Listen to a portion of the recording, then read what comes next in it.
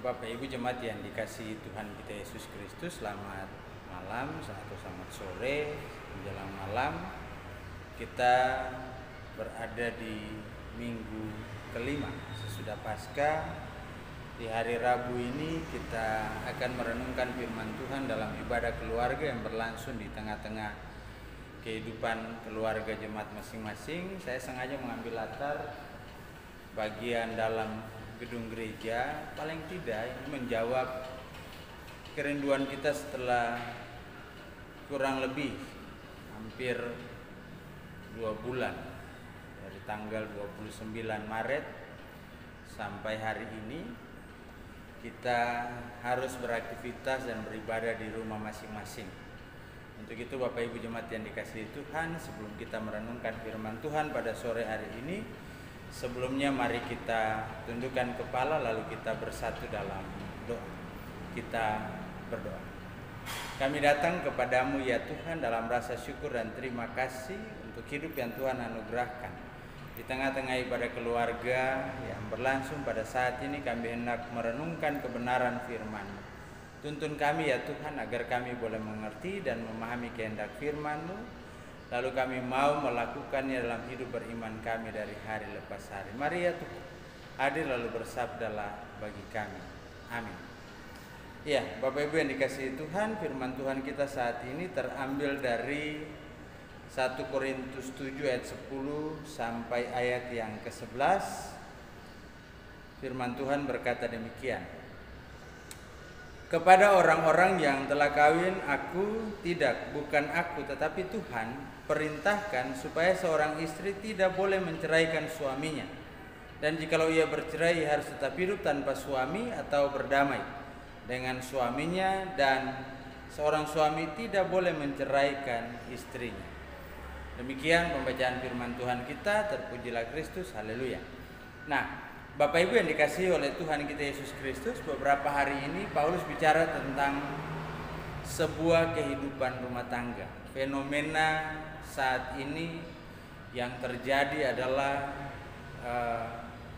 perceraian itu menjadi sesuatu yang sepertinya biasa saja, bukan sesuatu yang luar biasa.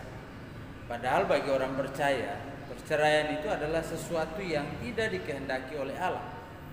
Tetapi sebaliknya, dalam realitas kenyataan hidup sebagai manusia, penyebab dari perceraian itu adalah bahwa orang merasa kehilangan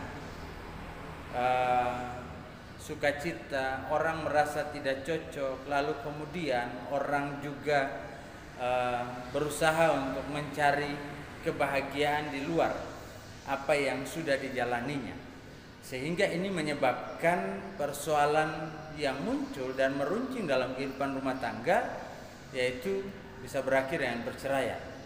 Padahal di awal sebagai orang percaya kita semua tahu bahwa Allah sama sekali tidak menghendaki yang namanya perceraian dalam kehidupan Kristen. Nah, apalagi di tengah-tengah situasi dan kondisi saat ini, mestinya apa yang terjadi selama ini ketika orang membangun kehidupan rumah tangga, ia merasa tidak cocok, ia merasa tidak nyaman, ia merasa belum menemukan chemistry dengan pasangannya. Inilah momennya. Momen ketika semua orang digiring untuk harus tinggal di rumah. Waktu antara satu dengan yang lain, suami istri itu waktu untuk bertemu semakin banyak, semakin intens, justru menggunakan waktu ini untuk bagaimana belajar untuk saling mengenal satu dengan yang lain. Karena ketika bicara tentang kehidupan perkawinan, sebagai bentuk jawaban dari kabar yang dituliskan atau disampaikan Pak Jemaat di Korintus, pertama-tama yang Paulus ingin memberikan dasar teologis tentang tubuh sebagai pribadi yang disucikan melalui karya penebusan Kristus, sehingga dirinya dapat menyatu dengan Allah dan menjadi milik Allah. Jadi kesatuan dalam konteks ini adalah kesatuan secara pribadi dengan Allah.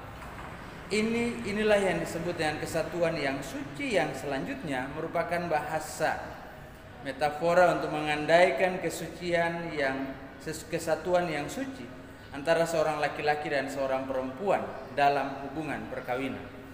Nah, jemaat Korintus diingatkan bahwa status sebagai orang atau umat yang telah disucikan berarti bahwa menempatkan mereka pada suatu spiritualitas yang baru, yaitu bebas untuk hidup suci dan menjadi diri sendiri dari segala laku yang tidak senonoh.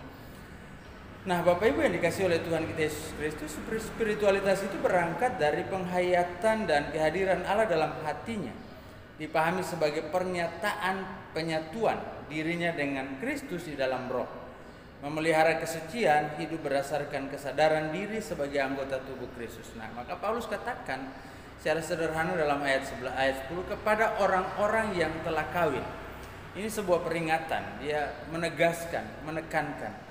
Dia mau katakan bahwa bukan dia tetapi Tuhan yang memerintahkan supaya seorang tidak boleh menceraikan suami atau menceraikan pasangannya atau istrinya. Ini menarik bahwa Paulus tadinya dia mau mengatakan bahwa sebagai Rasul Allah dia mau mengatakan, tapi hal prinsip yang terjadi orang selalu mempertanyakan, memangnya apakah Anda bisa bertanggung jawab kalau ada kekerasan dalam kehidupan rumah tangga? Kalau kekerasan itu kan bentuknya macam-macam, baik fisik maupun verbal. Nah, ini yang terjadi. Tetapi Paulus mau menegaskan bahwa bukan dia mengatakan, tapi Tuhan. Bahwa ketika Tuhan tidak menghendaki adanya perceraian, maka pertikaian dalam kehidupan rumah tangga itu harus didamaikan. Harus diselesaikan, bahwa perceraian itu jangan sampai terjadi. Kalaupun terjadi, jangan sampai lagi melakukan perkawinan. Dan dalam ayat 11 saya katakan, jikalau bercerai harusnya tetap hidup tanpa suami. Kalau tidak mau, tidak bisa bertahan, ya mau tidak mau harus berdamai dengan suami, dengan istri atau dengan pasangannya.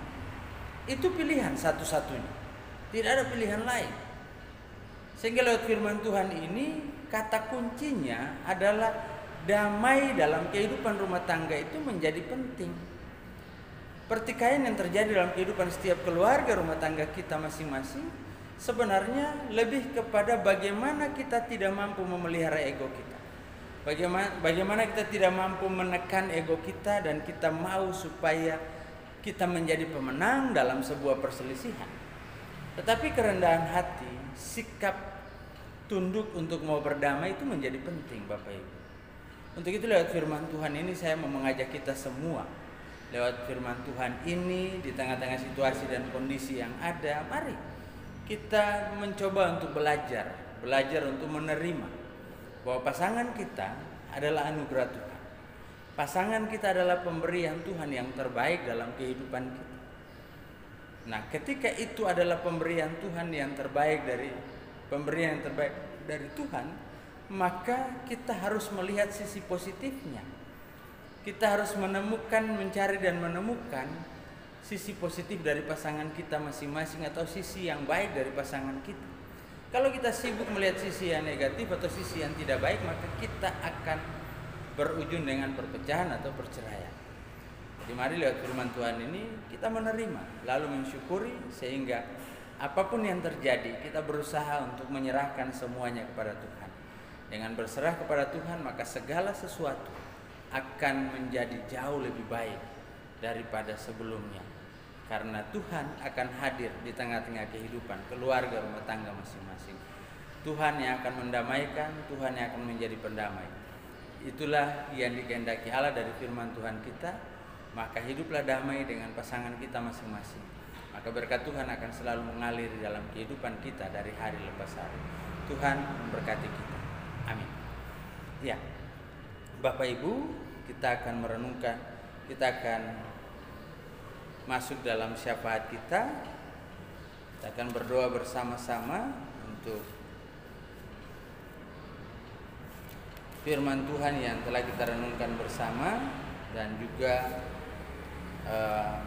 bagaimana kita menyerahkan kehidupan kita kepada Tuhan sehingga kita terus dijaga dan dipelihara, terutama dalam kehidupan rumah tangga, sehingga ketika pandemi ini berlalu, hubungan keluarga suami istri itu akan semakin harmonis, karena kita boleh dibantu oleh Tuhan untuk saling mengenal lebih dalam lagi di masa-masa di mana semua orang harus ada di rumah, stay at home, dan tetap jaga kesehatan sehingga kita bisa meraih masa depan yang lebih baik dalam anugerah dan penyertaan Tuhan. Mari kita bersatu dalam doa.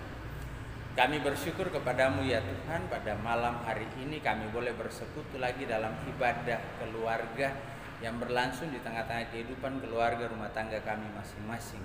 Kami tahu ya Tuhan, tidak mudah untuk menyatukan dua yang berbeda dalam satu kehidupan, yaitu kehidupan rumah tangga. Tetapi kami juga sadar betul bahwa Tuhan mempertemukan kami dan Tuhan menganugerahkan pasangan bagi kami masing-masing, baik suami maupun istri. Sehingga ketika kami melihat sebagai anugerah Tuhan, maka di sanalah kami belajar untuk menerima segala kekurangan dan segala kelemahan, bahkan berusaha untuk mencari titik temu poin-poin yang positif dalam kehidupan pasangan kami masing-masing, sehingga kata cerai itu akan jauh dari kehidupan kami dan kami terus berproses untuk saling mengasihi, mencintai satu dengan yang lain. Terima kasih Tuhan, karena saat ini lewat cinta kasih yang terbangun ini telah lahir anak-anak di tengah-tengah kehidupan keluarga rumah tangga masing-masing ya Tuhan. Anak-anak yang Tuhan anugerahkan, juga keluarga-keluarga masih berproses dan bergumul untuk kehadiran anak-anak dalam kehidupan rumah tangga. Tapi kami percaya bahwa Tuhan telah menunjukkan yang terbaik bagi kehidupan kami sebagai orang percaya. Untuk itu ya Tuhan, tuntun kami terus agar kami saling setia satu dengan yang lain, menjaga kehormatan kehidupan rumah tangga yang sudah dianugerahkan Tuhan bagi kami. Berkati juga anak-anak kekasih kami yang boleh Tuhan anugerahkan dalam kehidupan setiap keluarga rumah tangga kami masing-masing. Berdoa terus bagi kehidupan jemaat ini, Bapa jaga pelihara, beri kekuatan, beri kesehatan, limpahkan berkat-Mu dalam pekerjaan, dalam usaha, dalam seluruh aktivitas. Berdoa bagi para janda, duda, anak yatim piatu, mereka yang terlantar. Berdoa juga bagi para lansia, mereka yang harus terdiam di rumah, mereka yang harus menikmati masa tua, ada yang dalam kenyamanan maupun dalam ketidaknyamanan. Tuhan hadir terus, beri sukacita, beri semangat untuk menjalani kehidupan. Berdoa bagi para pelayan-Mu di Aken Penatua, juga pengurus-pengurus Pelkat dan komisi-komisi yang ada, karyawan kantor, juga saudara Hesron yang sementara menjalani masa magangnya di sini. Bapak berkati ia dalam keadaan kelemahan tubuhnya, juga Pak Yakub sampai Lalong yang mempersiapkan diri untuk menghadapi radiasi terkait dengan penyakit yang dialaminya, bahkan jemaat-Mu yang lain. Tuhan sertai dan berkati dalam kehidupan mereka masing-masing. Dan saat ini kami boleh mengucap syukur dan terima kasih juga ya Tuhan, kalau Tuhan boleh menyertai jemaat ini dalam keadaan sehat, dijauhkan dari virus COVID-19 ya Tuhan. Dan kami boleh menikmati sukacita dari waktu ke waktu, menikmati berkat-berkat Tuhan secara jasmani. Berdoa bagi panitia pembangunan, panitia malam dana, dan berdoa secara khusus bagi Krisis Kitchen Bali yang juga terlibat dalam membantu pangan bagi jemaat-Mu di tempat ini ya Tuhan. Bapak berdoa bagi kami, berdoa bagi mereka untuk biarlah mereka menjadi berkat dalam kehidupan mereka, dan Tuhan boleh melimpahkan berkat-Mu dalam kehidupan mereka dari hari lepas hari. Ya Tuhan Allah Bapa kekal dalam kerajaan sorga, bangsa dan negara kami pertaruhkan ke dalam tangan-Mu juga. Tuhan boleh pimpin dan sertai, Tuhan boleh jaga dan pelihara. Tuhan berkati para pemimpin kami, Tuhan berkati juga para relawan dan juga tenaga medis yang bekerja dengan luar biasa untuk mengobati setiap pasien yang terinfeksi yang dinyatakan positif. Bapak berkati mereka yang juga dalam proses isolasi karena dinyatakan positif terkena COVID-19, biarlah mereka juga boleh dipulihkan. Terima kasih Tuhan, berkati BP Mupel Bali, NTB yang juga terus bekerja dan melayani dalam situasi dan kondisi yang ada. Tapi kami percaya sungguh Tuhan juga akan selalu hadir menyertai dan memberkati kami. Hamba berdoa secara khusus bagi jemaat-Mu yang dengan setia memberikan persembahan dalam menopang pelayanan, baik itu persembahan syukur, persembahan persepuluhan, dan persembahan-persembahan lainnya. Terima kasih Tuhan, biarlah apa yang mereka berikan tidak membuat mereka berkekurangan, tapi biarlah berkat Tuhan selalu mengalir dan melimpah dalam kehidupan mereka. Terima kasih Tuhan, kami juga mohon ampun atas salah dan dosa yang telah kami perbuat, melawan kehendak-Mu di surga, baik itu melalui kata, perbuatan maupun yang ada dalam pikiran kami sekalipun ya Tuhan. Suci, bersihkan dan layakkan kami, lalu sempurnakan kami dengan doa yang Kau ajarkan kepada murid-murid dan juga kepada kami saat ini. Bapa kami yang di sorga, dikuduskanlah nama-Mu, datanglah kerajaan-Mu, jadilah kehendak-Mu di bumi seperti di sorga. Berikanlah kami pada hari ini makanan kami yang secukupnya, dan ampunilah kami akan kesalahan kami, seperti kami juga mengampuni orang yang bersalah kepada kami. Dan jangan bawa kami ke dalam pencobaan, tapi lepaskanlah kami daripada yang jahat. Karena Engkaulah yang empunya kerajaan dan kuasa dan kemuliaan sampai selama-lamanya. Amin.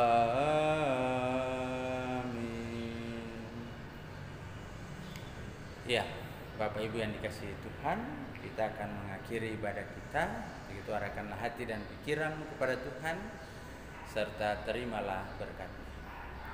Anugerah Tuhan kita Yesus Kristus dan kasih Allah serta persekutuan dengan Roh Kudus mau tinggal menyertai, memelihara, memberkati kehidupan saudara-saudara sekalian dari malam hingga hari esok nanti dan hari-hari seterusnya, dalam anugerah, kasih dan penyertaan Tuhan.